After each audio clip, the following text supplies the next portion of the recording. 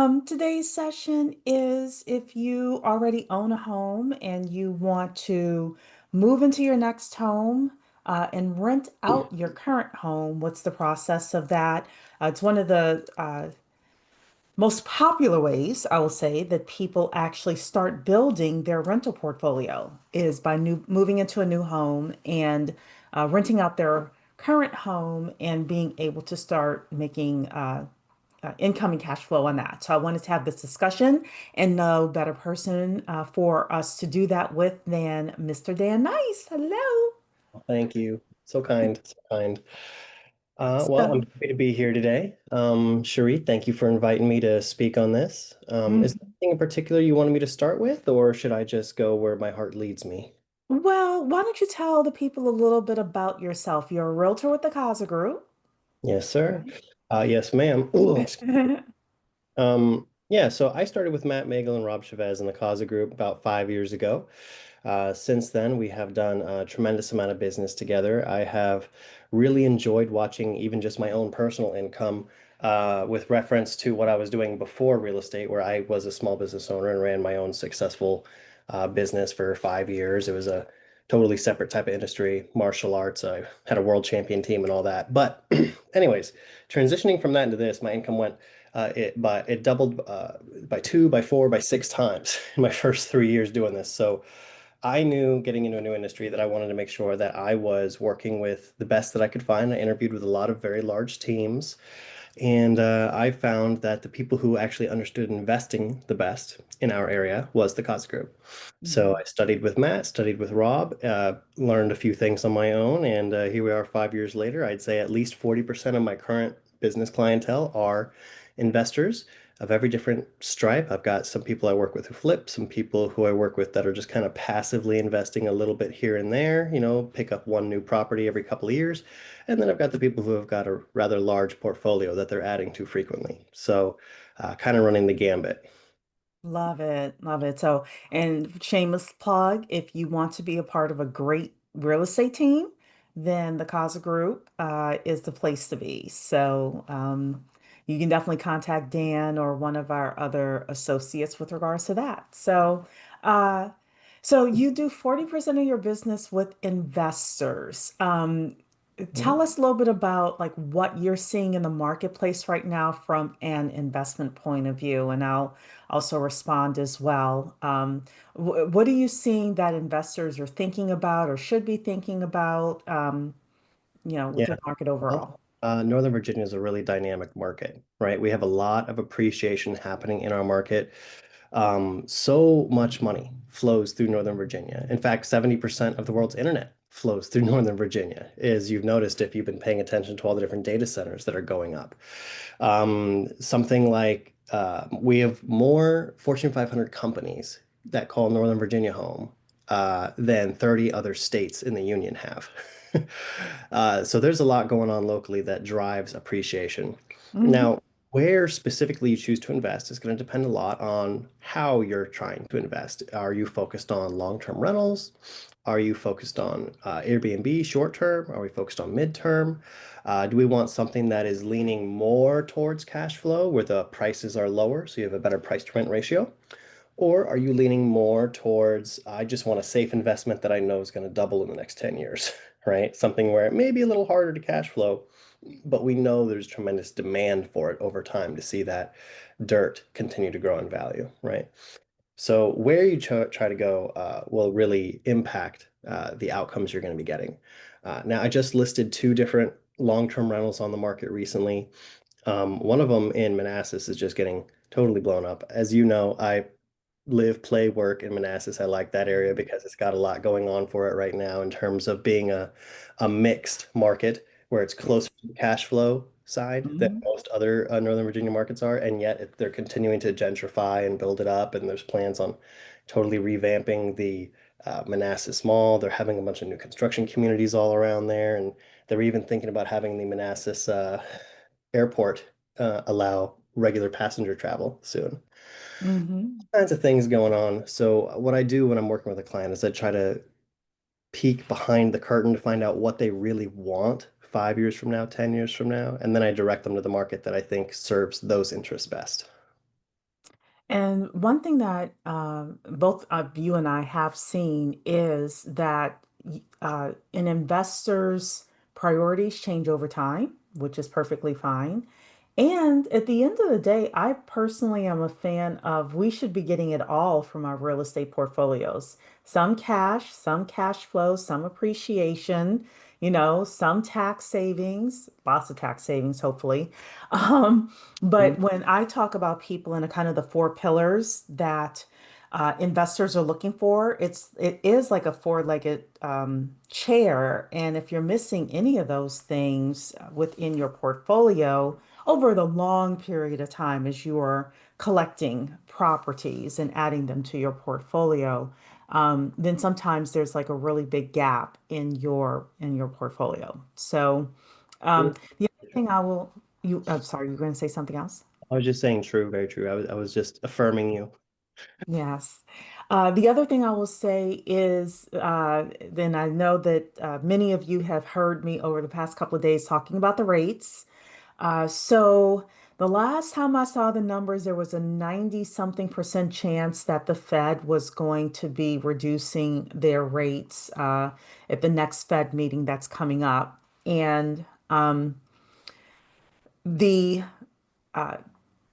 softening of the employment data, as well as the fact that inflation has not increased as much as Federal Chair Powell had expected, is causing the market to really believe, like, okay, we're going to start getting some rate reductions. I do want to let people know that there is not a one-to-one relationship between what the Fed is doing and the mortgage rates. The expected lowering of the Fed rate at the next meeting, I think it's next week, is already baked into today's mortgage prices. The final thing I will say is about a month ago, I closed a borrower, not closed them, sorry, got them locked into their rate at 6.99. And today I locked in another investment rental portfolio at 6.5. Now, they're both paying a little bit of points, but those rates are starting to go down. So definitely don't feel like you have to wait until you see what's happening with the Fed in order to participate in some of the savings that's starting to happen, there. So anything else with regard to the economy, what's happening in the market from the investments point of view before we kind of move to uh, Just, just tons of strategy? investment that you're seeing left and right happening in the Northern Virginia area, right? So I'm getting it from builders, especially are a good group of people to Mhm. know and to have on your speed dial to talk to about what's going on in the local market because they often are having to make these multi-million dollar decisions about where are they going to choose to put their next community and where is the path of progress that you're trying to place yourself inside of, right? So that's going to be one of the key things. But I mean, Northern Virginia, we're very fortunate, very blessed here. You could throw a dart at the map and probably be okay. Some Yeah. areas better than others, depending upon what you're specifically targeting, but you'll be okay.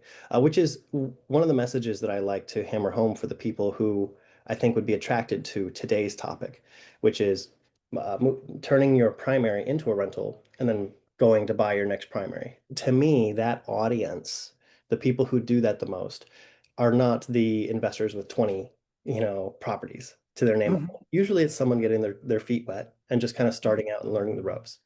Mhm. So for them, it can be reassuring to hear that wherever you currently live, obviously we'll run the math on it to make sure it's a good choice. But usually, if it's somewhere in Northern Virginia, you did okay. Yes, exactly, exactly. So, uh, let me ask you this question because I was going to make a statement, but I think it's better as a question. Um, if a person cannot cash flow that property, let's say that they're just going to break even, right? They're not going to cash flow, they're just going to break even, but they're in Northern Virginia. They want to move to a new home and rent out their current home. Would you still suggest that they consider keeping that current home, renting out the new home, even though they are just going to be at a zero, net profit? It's such a great question. Life is about alternatives, right? So if you're not going to keep it, then the alternative, of course, is to sell it. And selling it does involve transaction costs. So already there's a big reason not to sell. Another thing that happens right away when you sell is that you may have to recapture potential depreciation if that property was ever used as an investment at any point, right? And another thing is that you're missing out on all the future appreciation that is yet to come, right? Hmm. So generally speaking, the longer you're able to hold an asset, the better and smarter it's going to look like that decision was. Holding something for 10 years or 20 years is going to look, you know, way, way better than if you had only held it for 3 or 4 or 5 years, right? It's a discussion that I especially have to have a lot with veterans. A lot of the veterans who I work with, they moved into the area, they bought a property, they used a VA loan, they used zero down. Hmm. Chances that an asset in Northern Virginia, zero down, 100% financing, right, is going to cash flow is almost impossible. I haven't seen it in the last 5 years that someone could successfully cash flow a property like that as a long-term rental, right? Because you just moved in. It's only been 1 or 2 years. Normally, the ratios that I tend to see where it starts to break even is between 20 and 40%, depending upon if you're closer to a cash flowy area or closer to an appreciation area. Um, so, getting to the heart of your question, though, does it ever make sense to hold an asset that is break even? Break even, I would say yes, because you give it a year and you're starting to make money. Give it 2 years, you're making a little more. Give it 3 years, every additional year, you're more and more in the green or in the black. Whereas if you are not performing, right, if the asset is losing you money each month, now it starts to be much more likely that selling could make sense, right? Hmm. That brings you back to those alternatives. Okay, if I take the hit on the transaction costs and I have this money, where am I going to put it? Am I going to put it in a better performing asset? Am I going to spend it on high living? Am I I going to do. uh, sit it in my checking account and get next to no interest on it? So it Mhm. does come down to those alternatives. And if you are even discussing real estate as an investment, you need to be discussing it over a long time horizon. And so we would take in the totality of your current situation. If it's costing you $100 a month, that's it's not great, but if you give it a year or two, the rents will rise and you'll be break even. And then a year or two from there, you'd be making money. So you would consider that as like just a minor additional cost of acquisition to get into a performing asset, right? Where it Yeah. cost you a little bit more time. Now, there's always also uncertainty to take into consideration. Do you really, are you making a lot of money and you have a lot of a nest egg set off to the side where you can cover those expenses and feed the alligator for a year? Well, then it makes more sense. But if you're paycheck to paycheck, then I'm going to be much more inclined to see you need to sell and then put that money into an asset that can pay for itself, right? Especially depending on how expensive your asset is, right? If we're talking an $800,000 house, that's different than if you were to sell that house and roll that equity into something that was maybe 300,000 or 400,000, where it could definitely pay for itself and have money left over, right? Right. So we got to look at the individual situation. Right. And your boss, Matt Megal, actually moved into a property that had 2 units. I don't know if it's official or unofficial 2 units, but uh, there was already he says this story publicly, so I don't think I'm spilling any beans, but he moved into a house that had a tenant in the basement, and he moved to the top, and and we're seeing a lot of people doing house hacking these days. That's one of the great ways it can be done. So, okay, so talk to us a little bit about strategy with regards to somebody is thinking about doing this. Rates are starting to go down, like we talked about. So they're thinking, hey, maybe in 2026 or even, the latter part of this year, I want to start looking around for another property and rent out the current one that I'm living in.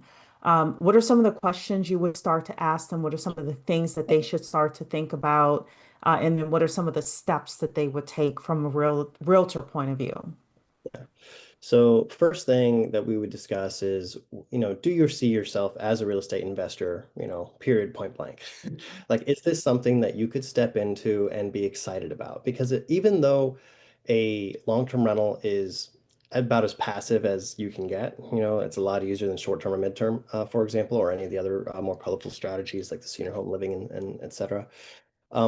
It's still going to involve some work, right? You're still going to have to manage a business because that's what it is, right? You're going to actually need to approach it with a mindset of a businessman and not with the mindset of, I'm going to throw it in the stocks and ignore it, right? It does need to be maintained. You do need to learn a little bit, and it would probably behoove you to hire a professional to guide you through that process.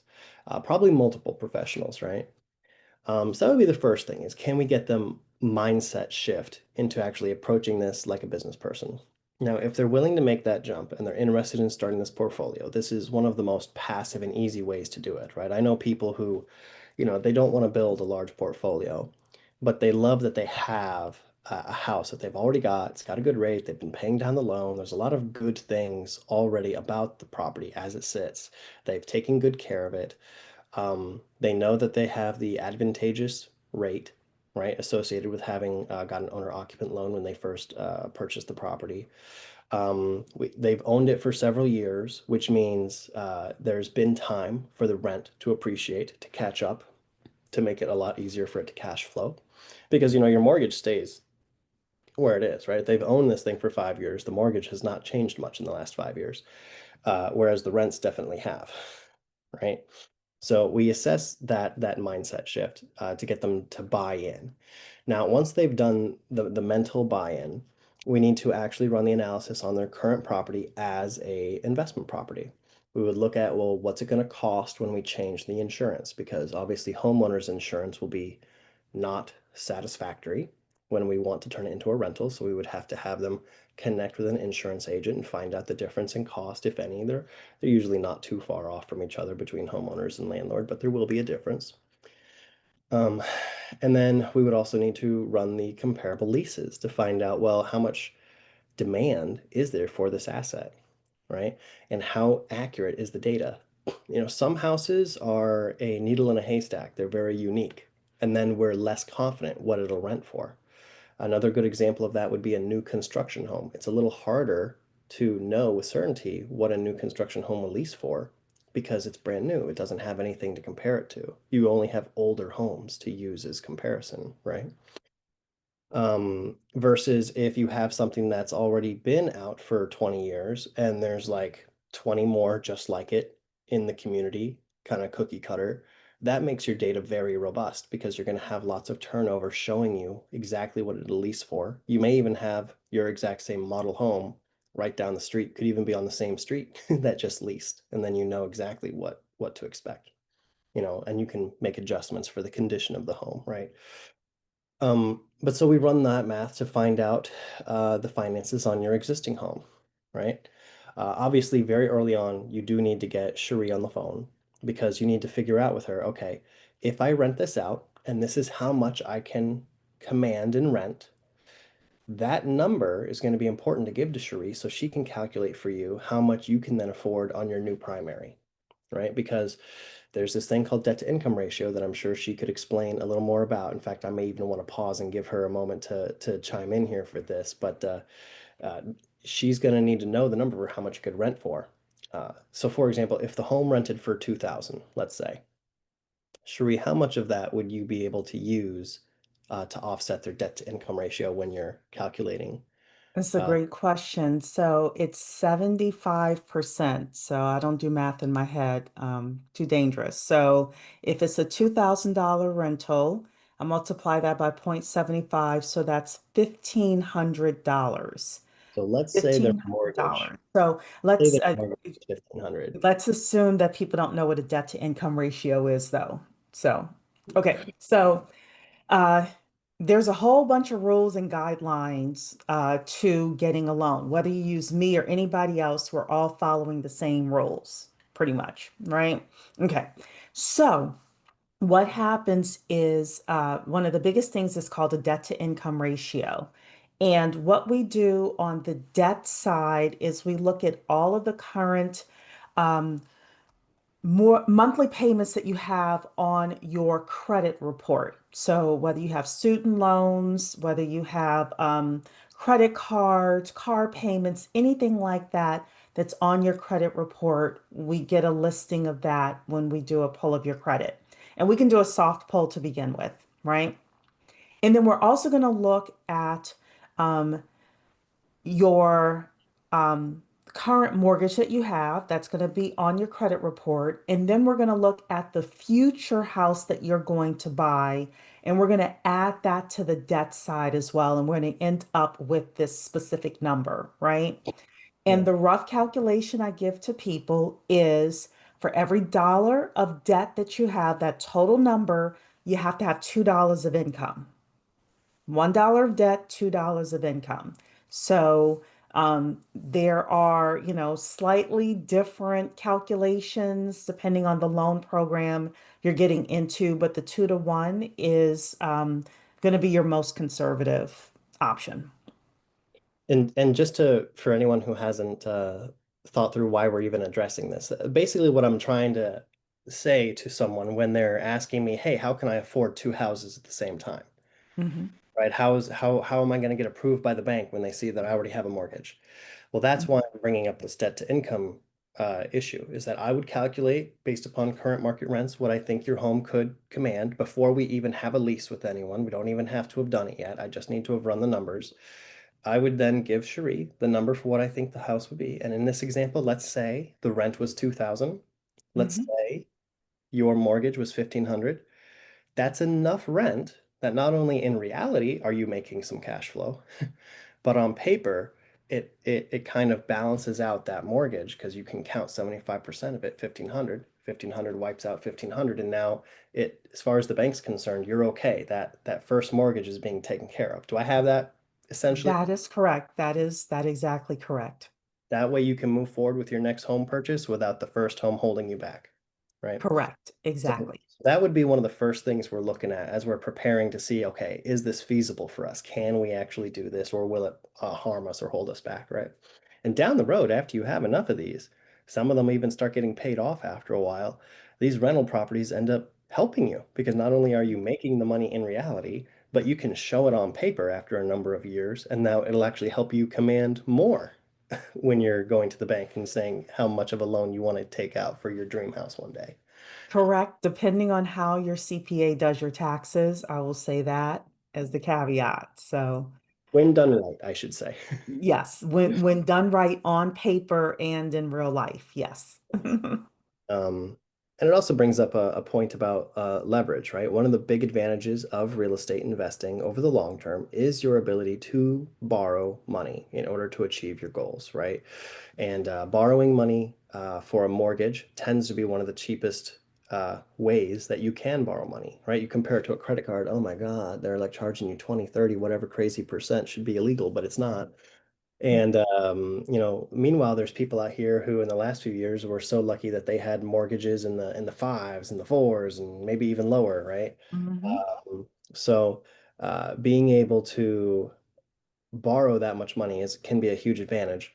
And eventually, over time, your tenant is paying that loan back and paying it off for you, right? Because again, if I have a mortgage of 1,500, not only am I getting my 500 cash flow from that $2,000 rent check, but the other 1,500 is going to pay off that debt. So over time, that gets wiped out, which is really great. Um, all right. One of the things that I would want to look into next is where you're going to move, right? Because now that you have a hunger for rental investing, now that you have your first investment, some people uh, go right and some people go left, right? Some people say, oh, my next house, I'm going to think of it as another temporary, not my permanent end goal.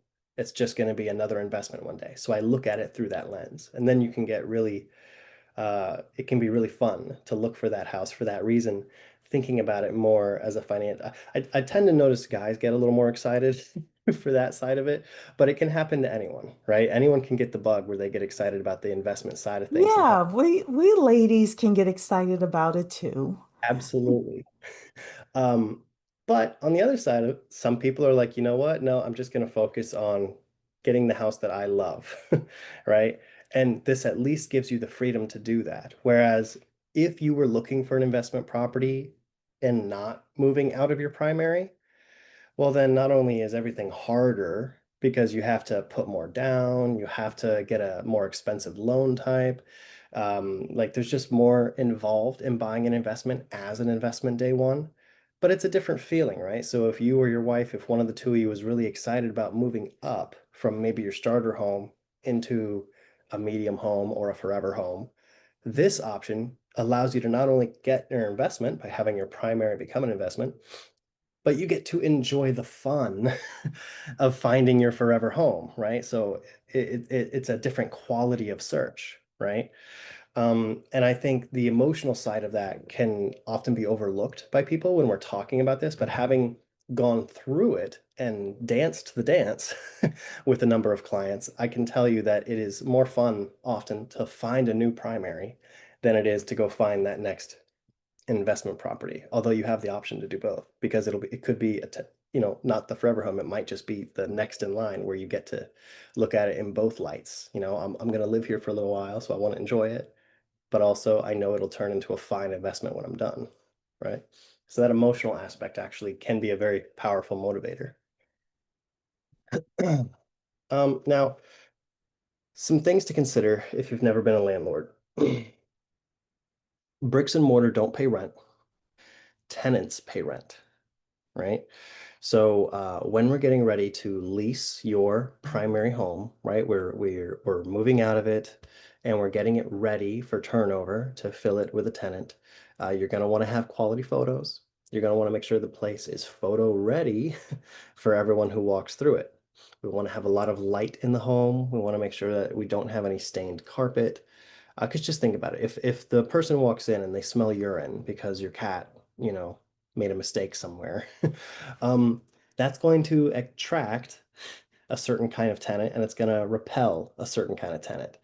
And the kind of tenant that you want to attract is the kind of tenant who's going to maintain your asset.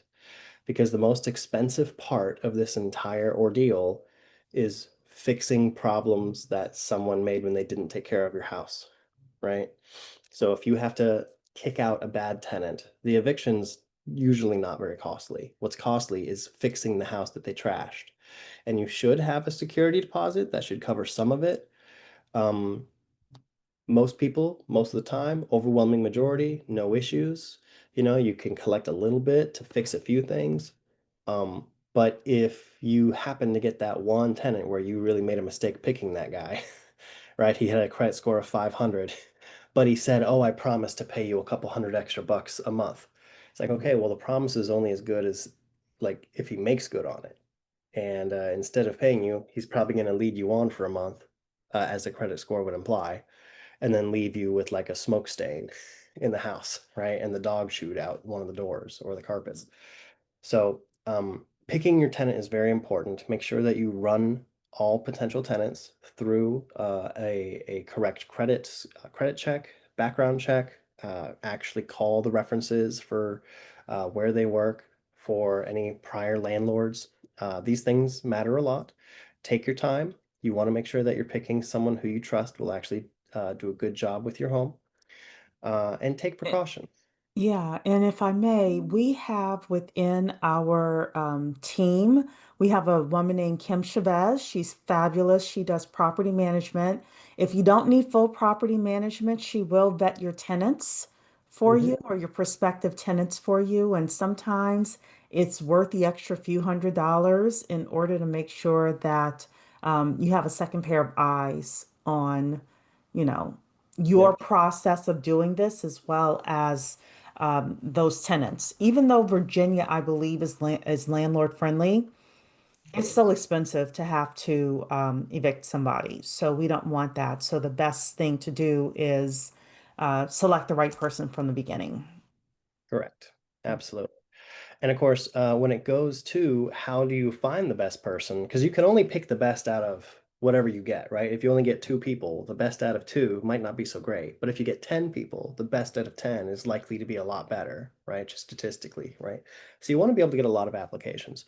What do you think will attract the most number of tenants and the highest quality of tenants? A quality condition house priced slightly below market, or a poor condition house priced above market? Well, one of those is going to attract a lot of people who want the house to be nice and who are smart enough to hunt for a good deal, who are attentive, who pay attention. The other group, right, when it's poor quality, overpriced, that's going to attract people who are desperate, who get rejected everywhere else, right? That's what that's going to attract. So you do want to price your home intelligently. Don't be too greedy with it. Uh, I tell my clients if they want to test the market at a price that may be a little high, it's okay to test it, but don't be afraid to pull back and lower that price if you're not getting the right results. Right? If you're only getting two people and you feel like rejecting both of them, then maybe the price is too high and the open market has rejected that price. It is always more expensive to replace a bad tenant than it is to just take a cut on the rent, right? You drop the rent $50, get three extra applications. One of those is excellent. That's way better than if you have to spend the money to evict someone and then replace the carpets, right? Hope that's making sense. Absolutely. Absolutely. Some other important things to pay attention to when you're talking about potentially improving your home. The kinds of improvements that matter the most for a long-term rental are going to be the kinds of things that make maintenance easier and more reliable, right? So, for example, gutter guards for a single-family home are a good investment, in my opinion. Because if I'm going to rely on my tenant to actually clean the gutters, they may not. And then all that water is going to go to the foundation of my house and over time erode my foundation. And if that happens for enough years, eventually I could get floods in the basement that are very costly fix to for. So people would take the risk. Uh, Similarly, your HVAC system is a constant source of problems with tenants, so you want to make sure that you're picking something that has low maintenance. Ideally, I would rather have one that didn't have a humidifier attached to it because those things tend to be mold problems. And I would also suggest having a company come in and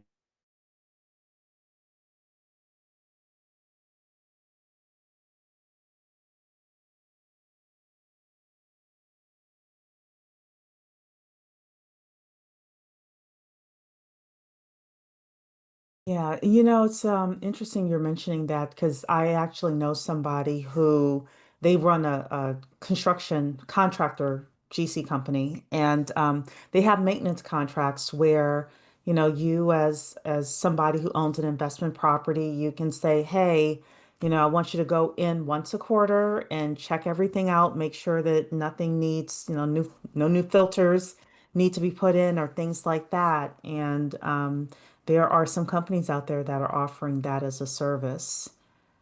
another quick tip for people who are new landlords. Let's say you made a mistake with someone that you let into your home and you come to visit the home to check in on it, you give them advance notice and you see that it's a dump, right? They're not taking care of things.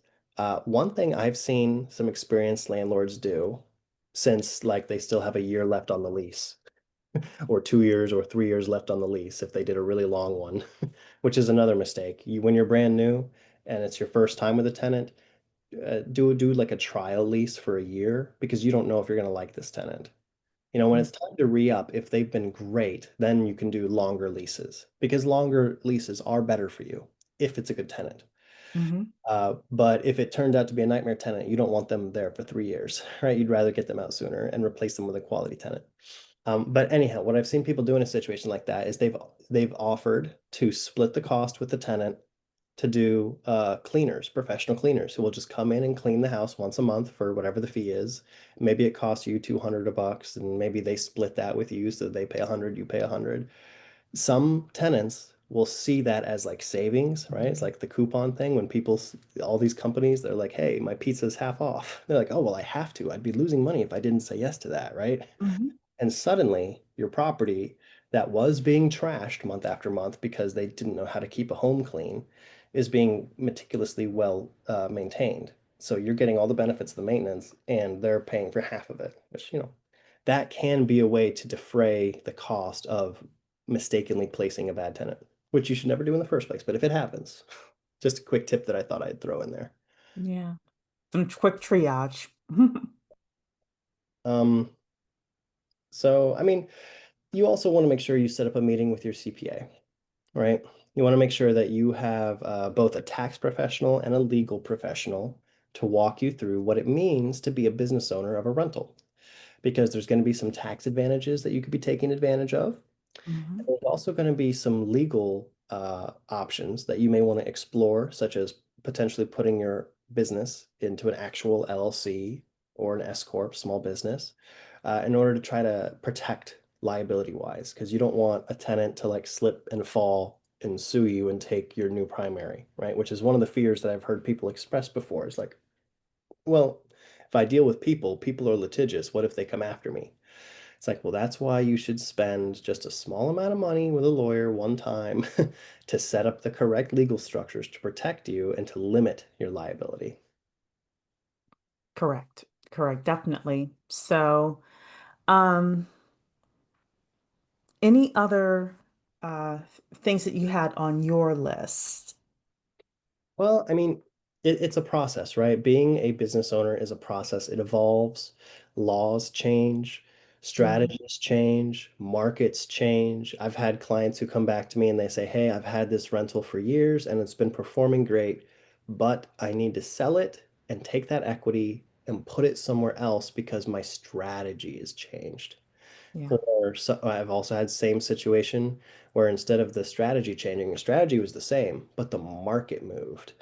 And so now to keep the same strategy, they had to pull it and move it. And that's an ongoing thing. So if you want to be passive and not be responsible for maintaining 100% of your attention on that, just pick the right professionals to have with you that, they're watching it with you and you give them a call and they can tell you. They can tell you because they're in it every day. Like you give me a call and ask me about, which market's doing what, I can do that because I'm in it Mhm. every day. If you want to see if you have a better financial option, talk to Cheree. She's in it every day. Right. So just find the right friend group, so to speak. Be nice to them, and they'll be nice to you. Yeah, I've spoken with a lot of borrowers who are moving locations from one.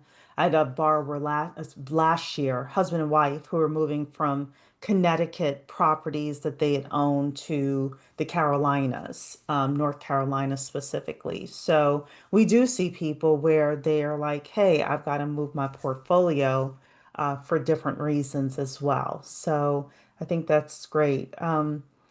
Well, I can tell a little bit about the funding point of view, and then we'll let people unmute themselves and ask questions. So, um, what I like about this strategy of purchasing a new home and then renting out your current home is it is the low down payment strategy. Because I get people who call me all the time, "Hey, Cheree, what can I do for a lower down payment?" And I always say that this is a strategy, right? So when we're looking at you purchasing your new home, four-legged stool again.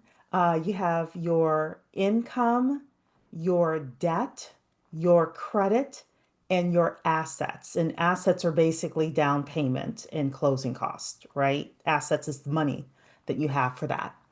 Okay, so as it relates to this specific strategy, one thing that comes up is how are you going to get the down payment for your new home?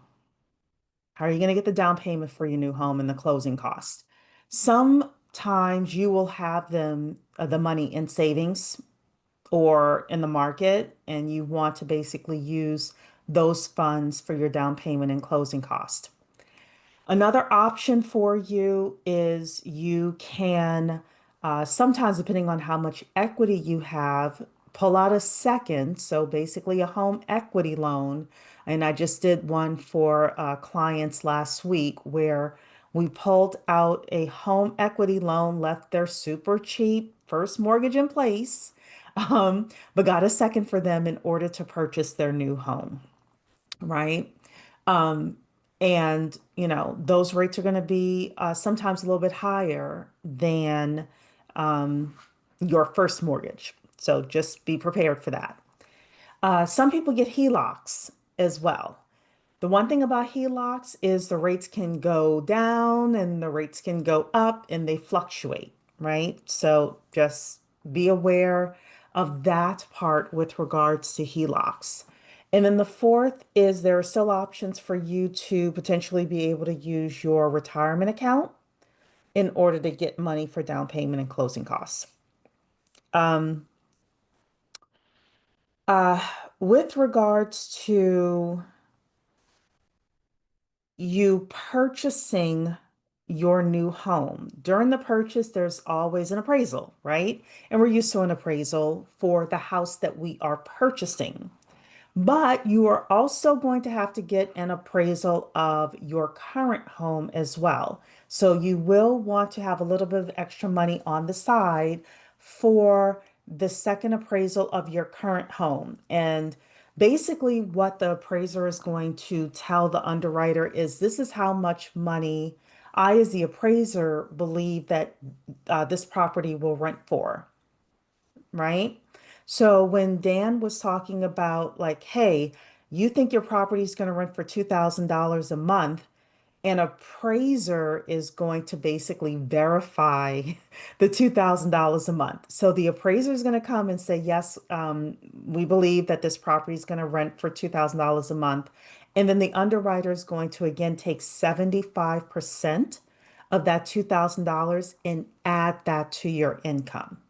So again, just prepare for two appraisals. Actually, one client that I had, they didn't even go out to do the appraisal.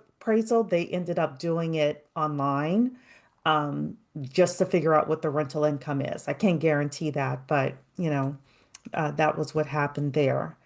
The third thing that I will tell you, and this is very important, is in order for us to add that income from your rental to your debt to income ratio, you're going to have your current house rented out.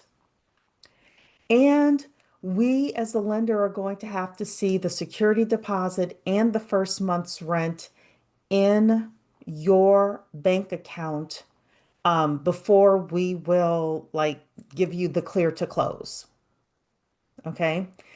Some of my borrowers make so much money that they don't necessarily have to worry about, they can handle the two mortgages, right? It's not a concern.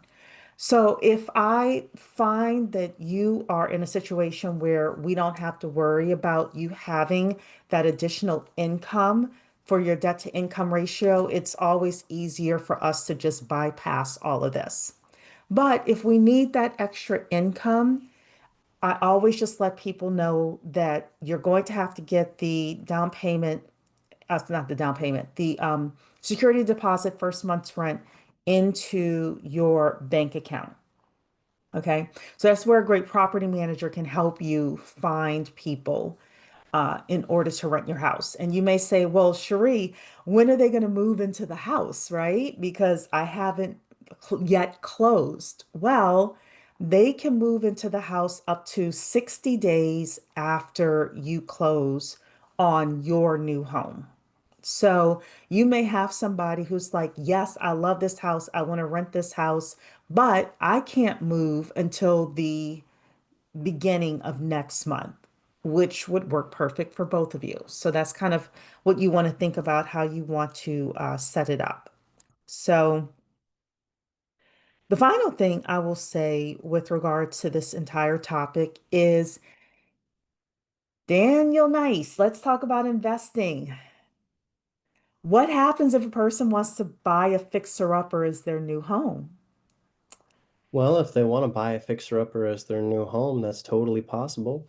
You can probably speak on the different loan options for doing so, Mhm. but I am able to give you both on-market and off-market options. I've got a whole list of wholesalers who send me deals every single day for me to look at and, decide, okay, this one's a good fit for this client. Let me send it to them. This one looks like it's a good fit for me. I'm going to buy it myself. And, I just Mhm. go through the whole list and try to find out, what in there is a real deal and what's kind of just, I don't really trust these numbers. Let me do some independent research first.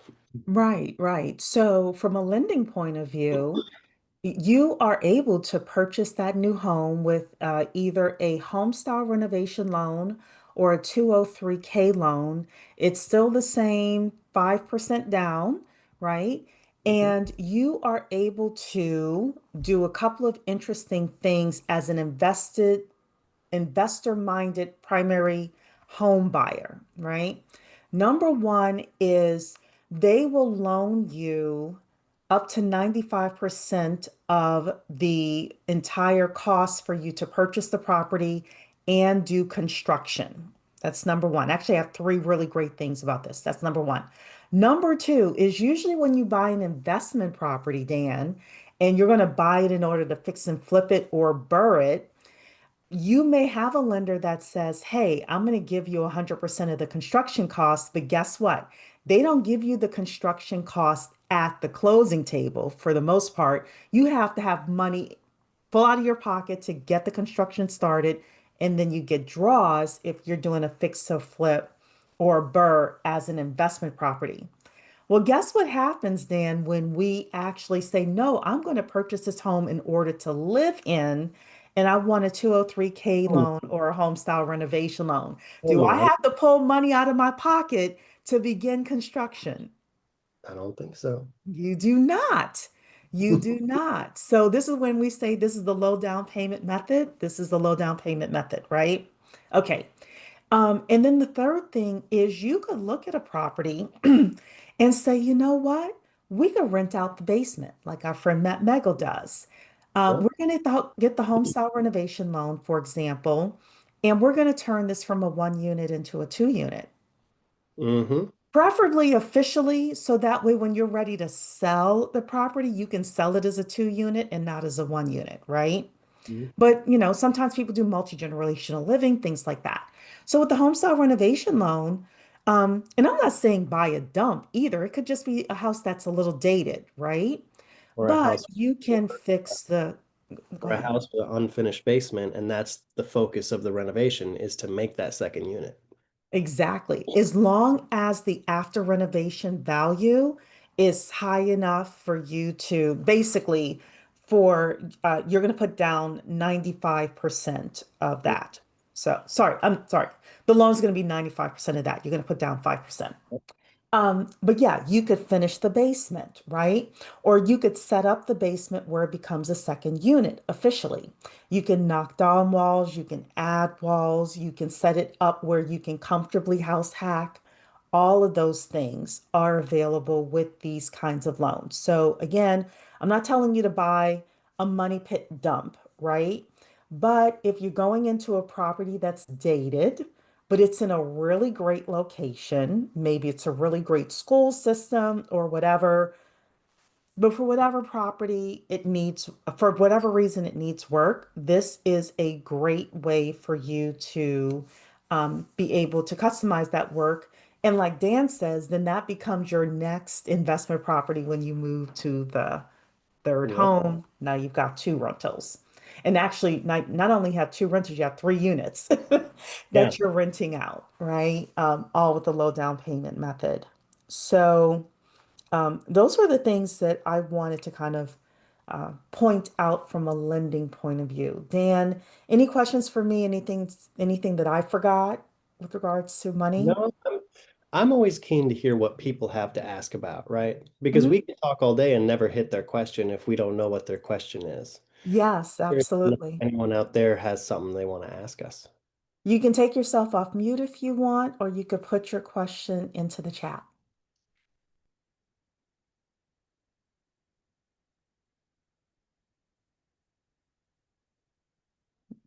Does anybody have a question? It looks like Dee's talking, but I don't Oh, he's talking to his students. do his students. Okay. Yeah, yeah. He's a teacher, so Oh, gotta all get right. those Okay, I kids in got it now. I shape. got it now. I got it now. Okay, you got it um, now. Okay. so first, because I don't know, You know the timing is bad. Is this meeting recorded? I wasn't able to get everything, but I got the gist of it. All right. And the next question was about I think it's the 203 loan. So 2033. right.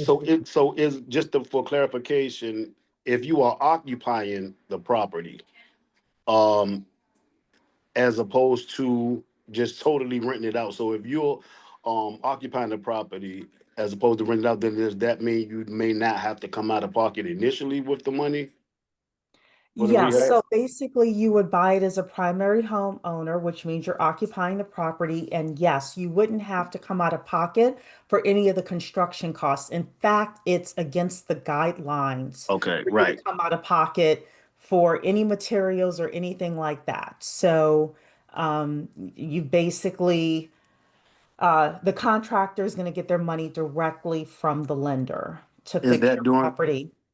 so you don't if they're getting it directly from the lender, then you don't have to do draws. Is that correct? That is correct. Okay, all right, okay. That is correct. I mean, there will be a system of draws that are done, but you don't have to Right, personally pay anything. right. All you do is fill out the paperwork, and the contractor will fill out the paperwork to get those draws from the lender. So the draws will come from a system. Hmm. Okay. Yep. Yep. All right. And from my understanding, I know for the homestyle reno, it's probably the same thing with the 203K, is that there's a certain amount of money that the contractor will get in order to even begin your construction project. So it's not like it's not like the contractor sitting there like, I don't know if I want to do it because I'm not going to get my money. I'm not, or I don't have money to get started. Like, no, they actually will allow a draw at the very We beginning. We should probably also point out for anyone on the call or anyone listening to it later, for the 203K type programs, you do have to hire appropriate professionals. You can't be doing Yes, it yourself and collecting the fee. that Just is to true. make that's out there too. Because I That is know true. there's some handy people out there that are like, oh yeah, I'll fix this place up on the cheap, but I'm gonna charge this much. No, can't do that. No, no, it has to go through your contractor. So, yeah. And I will say for 203K and Homestyle Reno, it does take about 45 days to close those loans Yep. because you have to hire a HUD consultant in order to go into the property first. Well, first thing you have to do is get a contractor to give you a budget. And I've done one of the Homestyle Renos before, Reno loans before. So you have to have the contractor give you a detailed budget. It can't just say we're going to paint and do carpet, right? $20,000. Like, no, they want it detailed.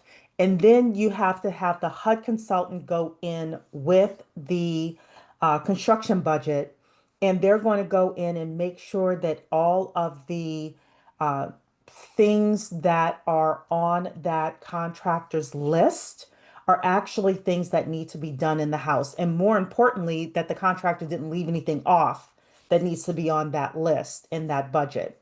And then after that, the appraiser goes in with the construction budget and everything that's going to be done and says, once all these things are done, what is the ARV, the after renovation value of this property going to be? And that's how they decide what your loan is going to be. So, yeah. Are Anybody there, else? yeah, Questions? any other questions?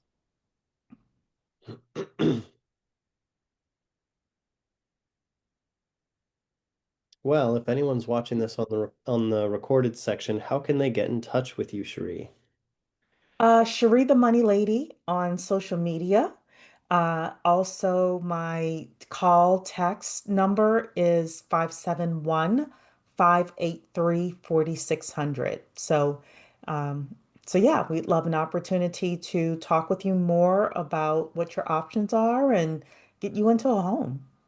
Yeah, and it's a great lower bar of entry for someone who wants to get started in real estate investing, turning your existing primary into a rental and then moving into your next opportunity. I found has been the way that a lot of people who couldn't hit the current bar for getting into real estate investing, this was a way for them to get in and get started at a much lower bar, and then just through patience, watching their little nest egg grow. Yeah.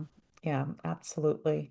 Well, I want to thank you. Oh, how do people get in touch with you? Oh Let's make yeah, that. my cell phone is 703-801-7435. Please text me because if you call me and I don't recognize your number, I will try to pick up, but I may not if it's not, like if I'm trying to enjoy some time with my wife and kids, I may give them preference. So shoot me a text or leave me an actual voicemail and I'll be sure to get back to you.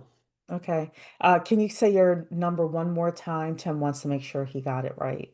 Yes, I'll type it in as well. 703-801-7435. Yeah.